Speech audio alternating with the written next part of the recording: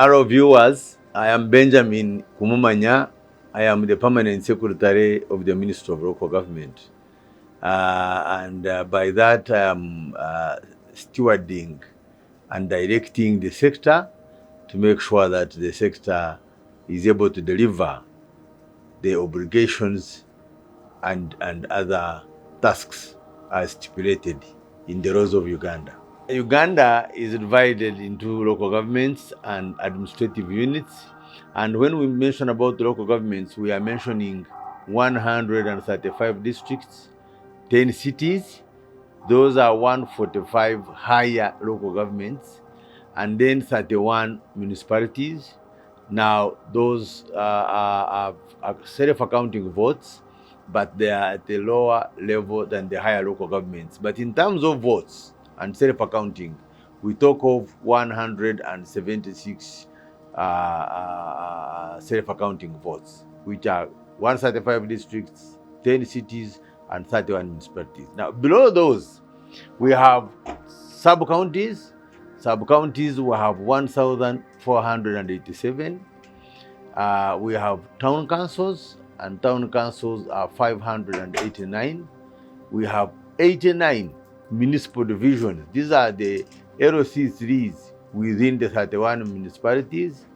And then we have 20 city divisions, which are the divisions in each of the 10 cities. And each of the 10 cities has 2 divisions. So the 10 cities have 20 divisions.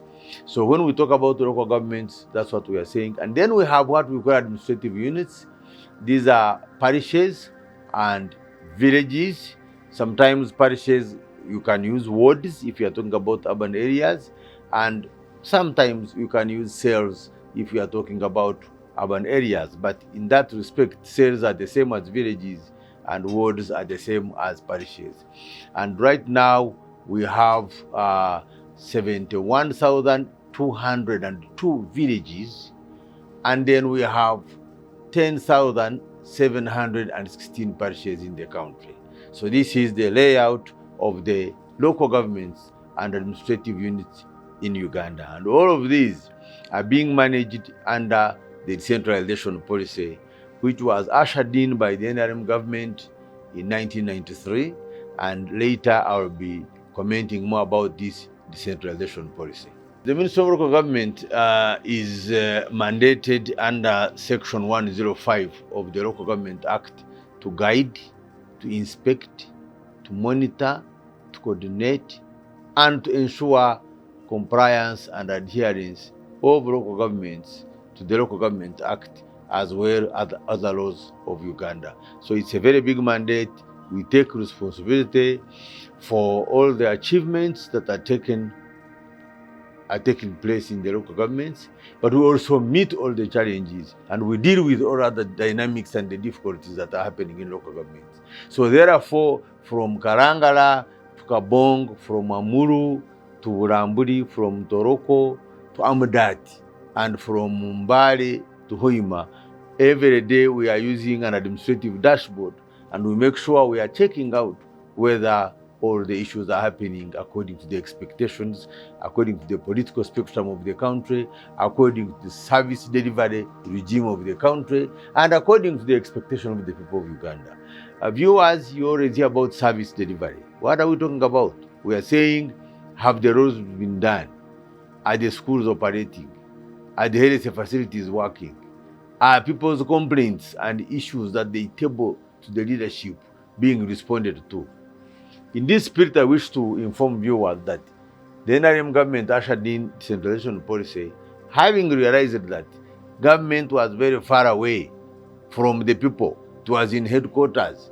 It would deploy administrative people in districts and sub-counties, but the governance structure was very far away from the people.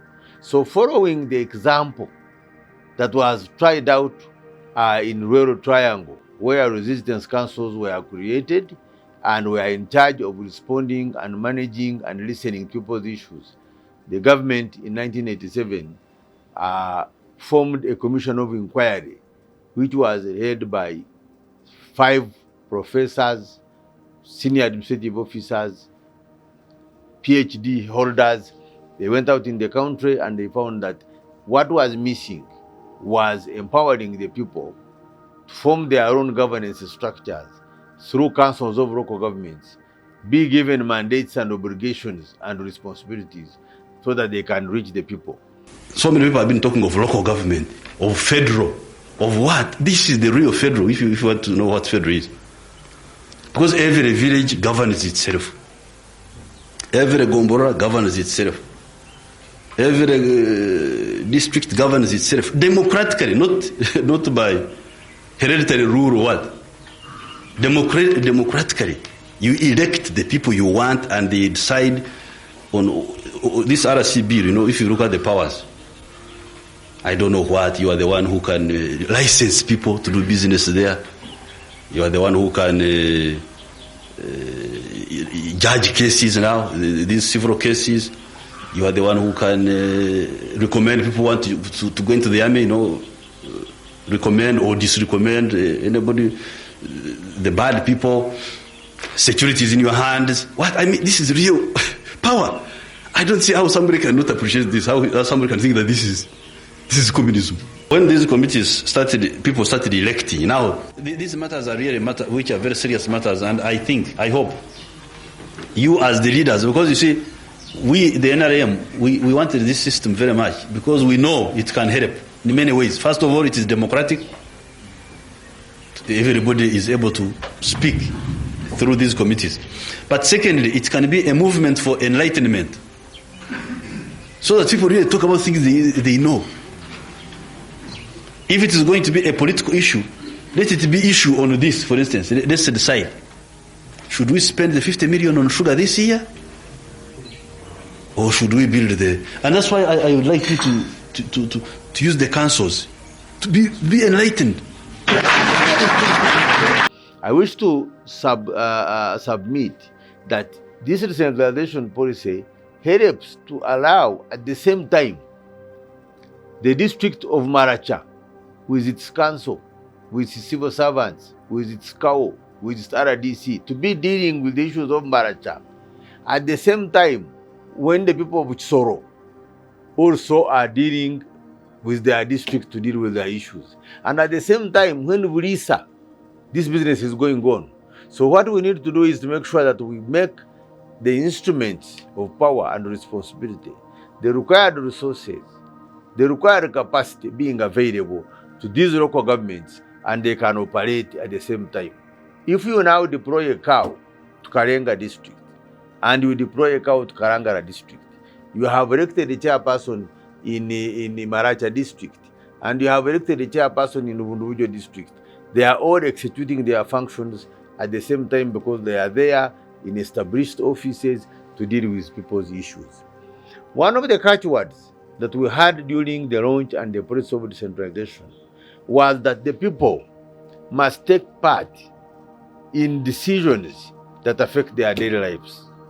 There were other catchwords like the people must be involved in shaping their destiny. They must discuss that this other road has become bad and resources should be deployed there. They must say this bridge has broken down. They must say that this school is not operating very well, and they deal with those issues. I wish to inform viewers that traditionally we have seen institutions which have lived and managed their issues. The churches have managed their issues. The family organizations have managed their issues. But you even remember the building committees and the PTAs of the schools of the old days of 1970s, 1960s, they were doing a very good job. They were very, very active. So the challenge now is that we need to build the capacity of the current leaders. We need to build their capacity through induction, through training, through enforcement of the laws. And once you have armed them, they will be able to respond to issues of the population.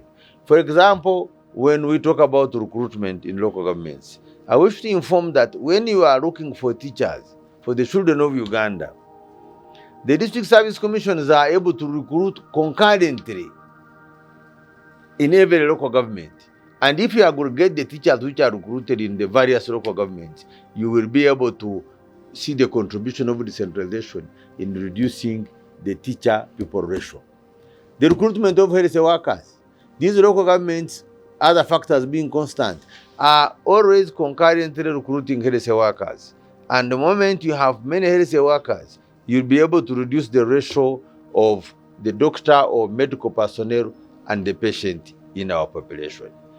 I wish to observe that we have had about three challenges. The first challenge is that we have not built strong capacities and deployed them in these elected leaders to enable them visualize and contextualize what it means to take responsibility of the leadership on the sake of the people.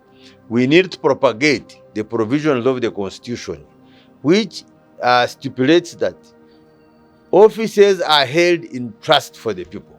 To me, I think this is the biggest message that I am preparing to deploy with the newly elected councils that are going to be sworn in the period after the swearing in of the president. That they must know that principle number one, enshrined in the Constitution, is that the offices are held in trust for the people. The other biggest message we have to send, again, which is enshrined in the Constitution, is to inform the leadership that the state machinery is very available to pursue any misuse or abuse or corruption that is taking place in the local governments. I want to thank and commend the agencies that have been very strong in the population pursuing wrongdoing, notably the Inspectorate of Government, the State House Anti-Corruption Unit, and many others. This Criminal Investigation Department have strongly shown that there is a price for wrongdoing. And therefore, my big message is that once we now contextualize the way of dealing with wrong, the way of dealing with abuse, the way of dealing with complacence, the way of dealing with omissions, we shall be able to achieve the maximum fruits of this decentralization. But let me go on the positive side to be able to make it clear for the viewers. The people who are near those who elected them are the best placed to be able to answer issues which come up in the population. They know which bridge has broken down. They know which road is not working. They know the people's issues because of the principle of proximity. So once we have dealt with capacity building issues, we have dealt with enforcement issues, I am very confident that we shall be able to reach the population by using the elected leaders at each sub-county, the elected leaders at the district, but also most importantly, at the parish and village. I wish to remind viewers that during the struggle against COVID, the local council leaders helped us a lot, especially in the porous border areas where people were coming back to Uganda and were coming back, of course, having had exposure to COVID. The LOCs were able to identify those people and they would bring them to the resettlement centers and they were able to be held, and the country was able to contain the exacerbation and spread of COVID at that time. Therefore, we must appreciate that this decentralization, which places responsibility on elected leaders, which improves the governance structures of the country, was timely and has been able to deliver a number of products, including the political stability we are enjoying in the country. They have made a contribution because the people are busy pursuing their dreams as long as they are political animals and they want to participate in governance. So they don't have to go around and start concentrating on one apex. They are all leaders. I want to mention that Uganda has 45,000 members of executives at the local government level. And they have 800,000 executive members at the village level. These are all political leaders. In fact, when you do the mathematics, you find that for every 1 million people, you have 45 leaders elected who are also around that place. So to me, that's why I'm saying that This has contributed to the political stability of the country because people have been given a chance to participate in governance where they belong. But also because we have been having elections, the good performers have remained or have even escalated to higher levels. But those also who are not able for one reason or the other to fulfill the expectations of the voters, they have been given their opportunity, and when it expires or when it ends, they choose other leaders of their choice to carry forward the mantle. So I wish to say that this decentralization is the best prescription that can address and help the issues of governance, the issues of wishes of the people, the issues of identifying local problems and translating them into work plans and budgets. If you followed up what was happening, you would see district councils, they are laying the budgets, they are approving next year's budgets, and they are discussing these budgets to appreciate the monies given by government, and the local revenue which has been collected is going to be deployed to the needs of those districts. So as a person, boss, and also as the one in the driving seat of the ministry, I would have no doubt that the decentralization policy was well timed, came in at the right time, came in as a responsive prescription to deal with the situations we had at that time in the early 80s until it was adopted. I wish to mention that people have talked about issues like expanding districts. When we started decentralization, we had 31 districts. Now we have 115. But even the population has expanded. And also the need for services has expanded. If you go back in history, before we tarmacked the roads, when Chisoro was under cavalry, it was very difficult if it rained to reach the people of Chisoro and be served by cavalry. The same with Kanunga and Rukunjiri. The same with Kamwenje and Kabarore. To pass through that big forest, you would have a big problem. The same between Adjumani and Moyo before Adjumani became a district. And many other cases that one can give as examples where, because of the need to get closer to the people, to bring services closer to the people, there was need to expand in the district. But I wish to mention that since 2020, we have put up a moratorium. We are not creating any district. We are now saying let's first concentrate and support and strengthen the existing districts. But also, most importantly, in 1995, during the constitutional making process, it came up. And while we traditionally had other factors that we are using to be able to create districts, they added a clause that the wishes of the people. And this being in the constitution would mean that the failure to respond to those wishes, if they are genuine, would be a breach of a genuine pro-people provision at that time. Maybe the last one I want to mention about the decentralization is that it has empowered the local governments to be involved in participatory democracy, where people elect leaders every 5 years. These leaders go for council meetings, they discuss issues for their people, and they come back and report the population. So participatory democracy as a theory or as a paradigm has been tested in the Ugandan context. And therefore, we should have every reason to be proud that for us in the areas of governance, in the areas of democratic evolution, we have been able to test it out using decentralization, and we have given our people a chance to participate in shaping their destiny. Politics vis-a-vis service delivery, politics comes into place because it provides the spectrum for leadership that will now discuss matters of service delivery. So, as I mentioned about how many leaders we have in the local government, it means through the politics we are able to put in place leaders. So what we need to do as government is to make sure these leaders are the right leaders and they have the right instruments, and therefore at no point can they deviate from the past mission and purpose of why politics is there. It's not proper to think that politics can be there for the wrong reasons, Politics can be for the right reasons. You have seen the revolutions, including the one which took place in Uganda.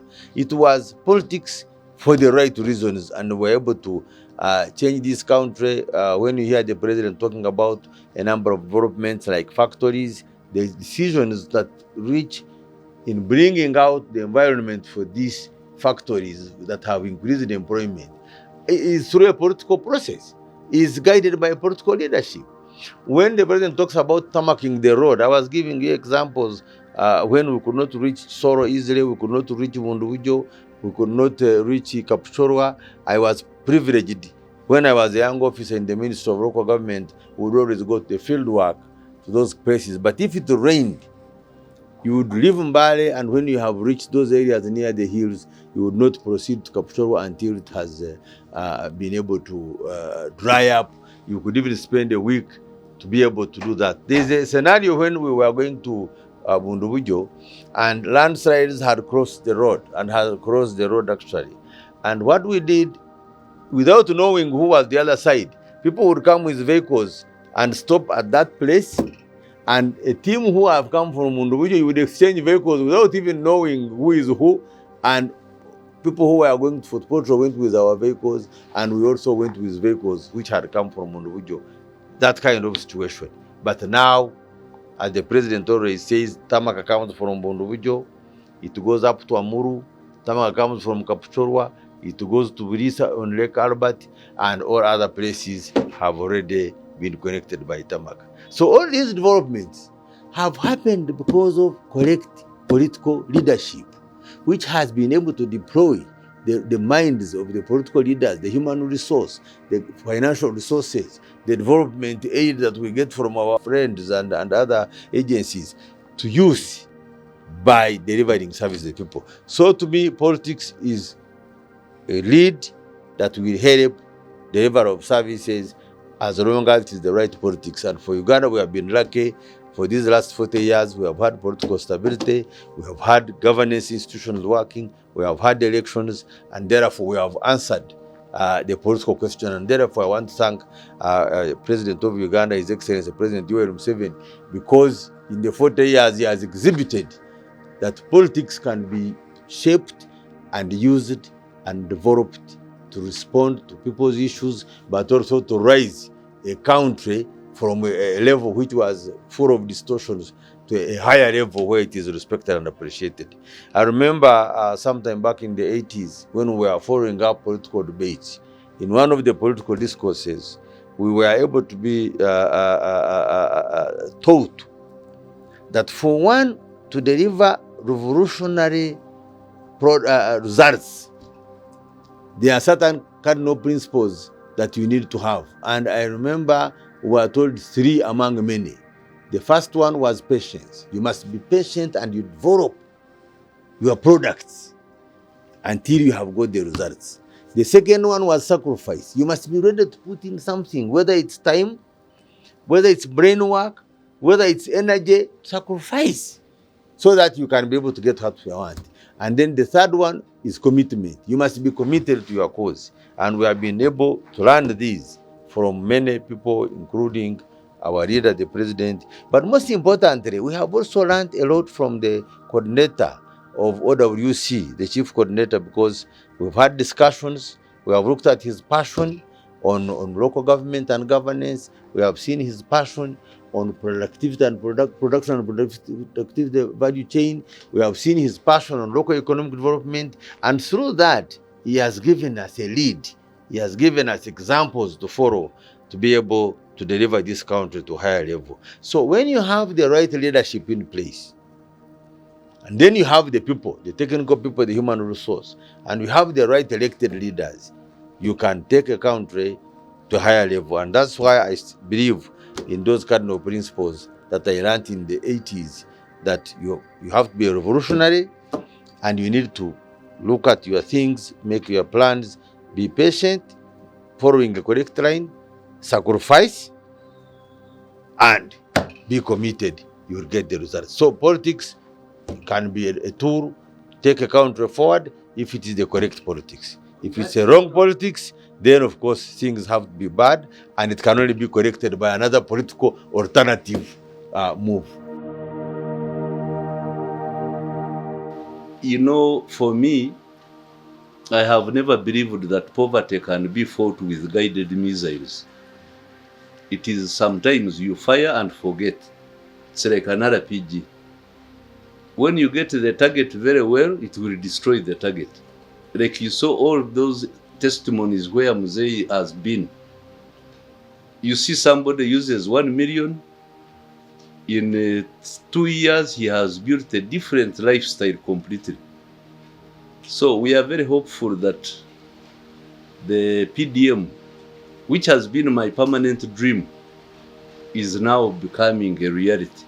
One of the best, and that's why I always appreciate the guidance of the chief coordinator of operational creation when he told us that this is the last mile strategy.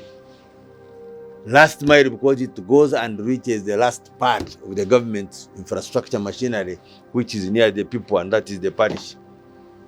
Because to find that government appropriates resources and the resources go and find somebody, a household in Kanungu, a household in Kabong, is a very, very strategic and constructive and responsive design to the people of Uganda. So PDM has been able to reach the people at the household level, has been able to give the people a chance to get money. You have not gone for what is called kafna or these loan sharks. You have not gone to put collateral, but government gives you 1 million shillings to invest into the 7 enterprises, which is poultry, piggery, fisheries, dairy, fruits, and food crops, and coffee. So it is one of the most well thought program.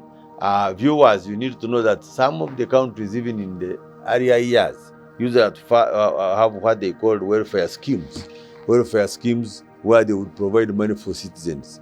But that time we did not have the financial muscle to do that one.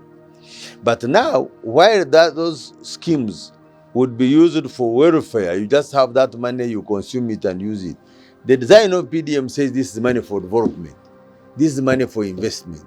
So I wish to tell viewers that this was a well thought out program, and we have already started seeing results in the population because people who have received this money, you have seen testimonies, especially during the campaigns. His Excellency the President was able to depict testimonies of the people who are talking about the achievements of PDM. So PDM is another tool of liberation. Decentralization was a tool of liberation on the governance side by empowering the people of Uganda to participate in the politics of their country, in the management of their affairs. PDM is another tool of liberation to liberate a household which has nowhere to get resources to invest into economic activity, which will transform them from the subsistence economy to cash economy, and give this money to this person. And people are very happy because government did the right thing. So I would say that really this PDM, as I said, was one of the instruments that is going to change the spectrum of the Ugandan households, because most of them are going to leave the subsistence economy, actually all of them at a particular time T, and they join the cash economy, and we shall have a more stable society which is capable of dealing with the usual social needs around the households. The challenges are based on weak enforcement, because Uganda has one of the best laws. Uganda has all the institutions to fight wrongdoing, but because of challenges in enforcement, people cannot reach everywhere. I have already told you we have 10,716 parishes, but 10,589 have been given money. This money goes directly from Treasury, it goes to the parishes. So in the beginning, there were extortions which were coming up, where to put somebody on the list and in the computer, they would demand for money, and to took time to be able to know why this is happening. But now the good news, people have started talking out, and a number of arrests have been done. a number of sanctions have been done. A number of parish chiefs were arrested and are being dismissed from the service because I gave an instruction in 2024 and I've been reminding the leaderships that anybody who is caught tampering with the PDM resources should be arrested, prosecuted, and removed from service, because this is an enemy of Uganda. The government sits down and signs the policy, they appropriate money, the money is for a household, and then somebody tampers with it. It's not allowed. It's against all the provisions of all the laws of Uganda, which stipulate that wrong should be dealt with according to the laws of Uganda. So those challenges, we are now managing them. We have digitalized it. We only have to sensitize our people to mention to them that they are entitled to 1 million, and anybody who asks for money should be reported. I think, viewers, another thing we need to do is to strengthen and encourage the culture of reporting. This culture had gone down because people thought that even if they reported, the one they have reported to is part of the wrong group. But with the recent examples that we have seen, government, once it gets information, has the capacity and machinery to liberate our people through these wrongdoings. So this is a matter we can manage. We have stepped up our inspections and supervisions and awareness in the population to report the wrongdoings. So this is a challenge that can be dealt with. From the design of PDM, OWC was in the lead. We held very many meetings because they had initially participated in the processes that reduced the people who were in the subsistence economy from 68% to 39% through the work when they supplied and helped to deliver input to the population. And I wish to report that the inputs were delivered in all the parts of the country. And there are very many testimonies in the countryside on the change that these seedlings, especially coffee, did to cause the general picture now where our production for coffee has gone up. So OWC had touched already with the society fabric and appreciated the real issues. And when we were in those discussions under the leadership of the Chief Coordinator of Operational Recreation, we found that they already had information pertaining to the real problems and the possible prescriptions that are needed to address those issues. So it means they gave everybody that participated in those discussions, this was around 2019, 2020, that they had all the information, they had done the research, and they gave a lot of guidance to the other government departments to appreciate the reason why we are taking up this PDM as a last mile strategy to address issues that will help to increase household incomes and transform our people from subsistence to cash economy. I need to add that OWC had done a lot of research on these issues. I really must comprehend and commend them and appreciate them, because in those meetings you found them very resourceful and ready with research facts, and we have been able to use those, especially in the beginning, to argue with many voices which were standing in the way of PDM, saying that PDM cannot work, asking for how did we reach to deciding PDM. We were able to authoritatively tell them that information is available, research has been done, and we can go ahead. And when you see the success now, you know that they were right. So they are right doctors, they gave us right prescriptions, and they gave us good leadership. And we have been able to achieve a number of good results, and we really owe them the historical medal for having taken the lead at the inception. But they did not even stop there. Even along the way in implementation, they have been working with us, and many times they bring us researched information on where we are, and we use that to improve a number of areas to be able to successfully implement this program. Future plans, we are digitalizing. We have already digitalized the revenue collection. We are digitalizing a number of areas. So if local government are digitalized and we have dashboards, it means I can be seated here where I am and I'm able to switch on Maracha or I switch on Nabiratuk, and I'm able to interact with the leadership and then deal with issues there outrightly. So we are digitalizing. We are going to build capacity, starting with the elected political leaders. We are going to continue awareness of the population to encourage them. For example, under recruitment, the biggest challenge is that there was corruption going on, but the people had given up. They would not report. But now, recently I issued an instruction that every advert must have an addition which tells the population that first and foremost, there is no money required for a local government job. Secondly, asking for money is a criminal act and there are rules to deal with it. Thirdly, that they should report any advances of corruption. And I listed the offices in that directive I gave in writing. And I put the IGG, put SHAKU, CID, Ministry of Local Government, and other agencies. And I said the final they should mention that District X stands for zero tolerance to corruption. What did I expect to get out of this? I was expecting to liberate the population. That there is no one who will come and say, for us, we need money, when there is a public announcement that has been put there in broad daylight, announcing that there's no one who's asking for money. Now, this will strengthen the will and spirit of this Ugandan to be able to report. Because what was happening was that they had made it a very terrible negative culture, that they saw that's how things work, which was very, very unfortunate. So in the coming period, Sanja, we're going to make sure we now develop so many products like those that will liberate the population to come out.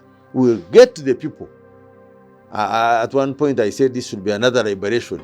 There's another need to liberate the population because they had been blackmailed and really cordoned off by wrong elements in society.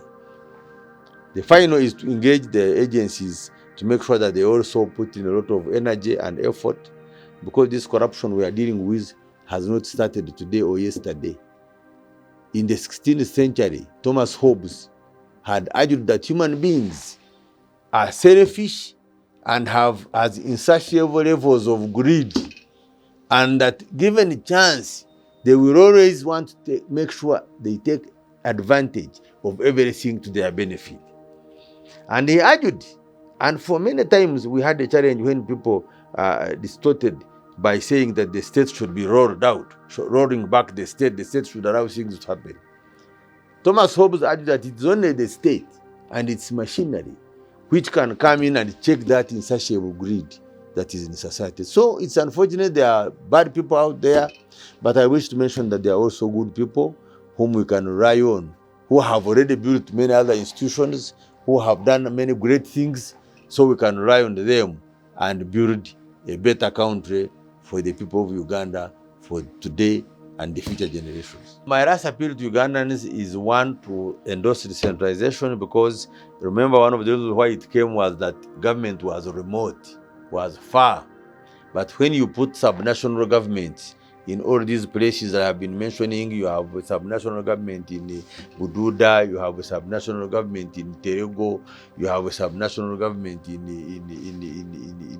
Nebi, and you give them all the tools, and you also put checks and balances, you can be able to reach the people of Uganda and deliver service to them.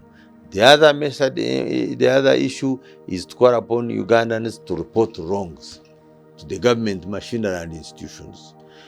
Once they do that one, then it will help us to be able to reach out and deploy checks, deploy tools to make sure that we can be able to liberate the people of Uganda. And then finally is to give people hope that, like we have seen that PDM came, that connectivity of the country came, where Tamaka is everywhere, that we have been able now to country to have in many places electrification, rural electrification has taken place, and many other things. The people who are in school have increased from 2 million. They are now getting towards 10 million. We have health center 3s and 4s all over in the country in many places. I want to give the people of Uganda hope that the future is bright.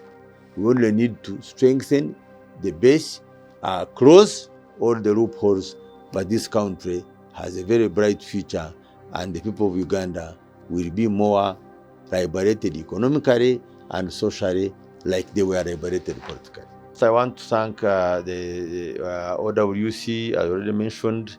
They really gave us a good lead in their involvement in service delivery, in governance issues, and now taking lead production and productivity value chains. Now the emphasis on local economic development.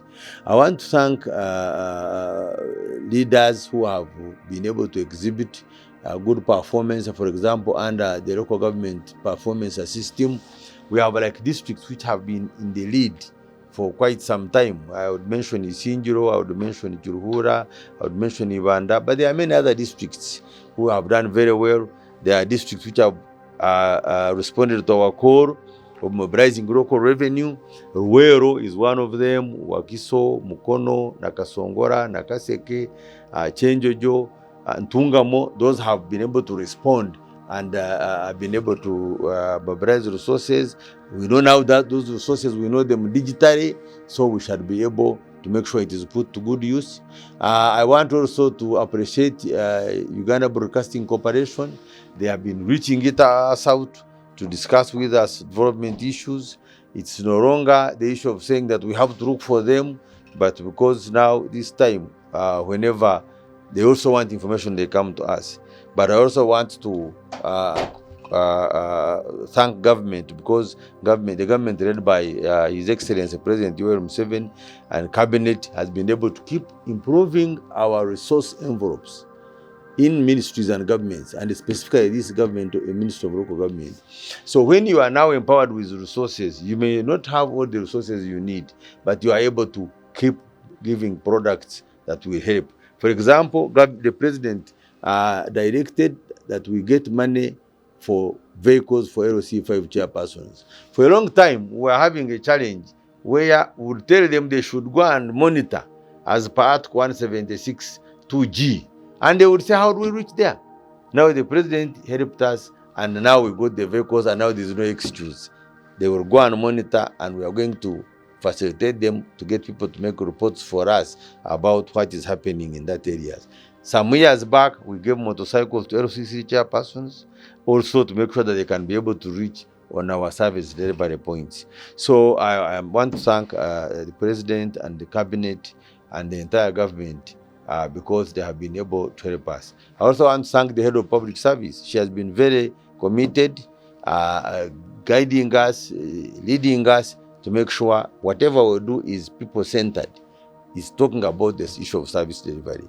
I want to thank the deputies of the head of public service and also fellow PSCs, commissioners, undersecretaries, CAOs, town clerks, and all other leaders that have contributed positively to make sure that Uganda becomes a better place to live in. And the future generations find a foundation that is constructively responding to the dynamics of socio-economic transformation done by us. History should judge us according to our contribution, and therefore I want to thank all those who have done very well, that history will judge them positively and society will appreciate that when they lived here, they were able to make a contribution that is ready to support the generations coming in. Our website is up and running, and therefore, if you check on the website, you'll be able to see the Ministry of Local Government website.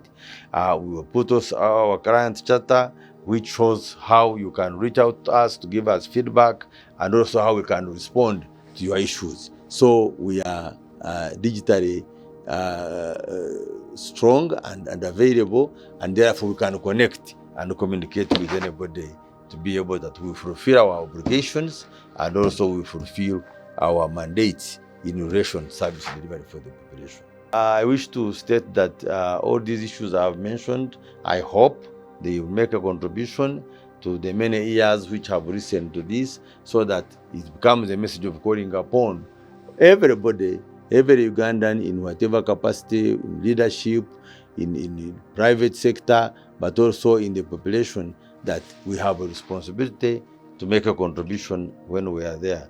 And I say this all for God and my country.